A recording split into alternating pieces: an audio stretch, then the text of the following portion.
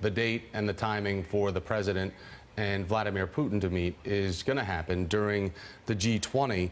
The White House is saying that there's really no specific agenda set for this meeting. We had reporters on earlier in the hour talking about the fact the White House is downplaying this, but basically saying that whatever the president wants to talk about, they will.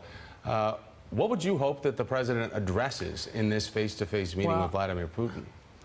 I hope the president will do something to disabuse the American people of the kind of image they saw when they saw him yucking it up in the Oval Office with the Russian foreign minister and the Russian ambassador, kind of bragging about the fact that he had just fired Jim Comey.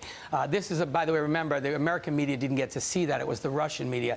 This is a moment for the president to, number one, make it very clear to Vladimir Putin that Russian interference in our election will not be tolerated, to speak with him about Russian aggression in Crimea, to speak about Russian efforts in Syria to prop up the Assad regime.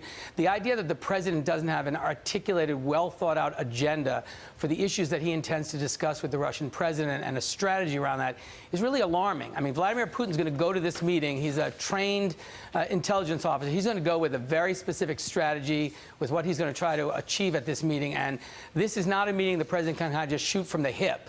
There are serious issues he should be confronting the Russian president about, and he ought to have thought that out carefully with his foreign policy, defense, and military experts.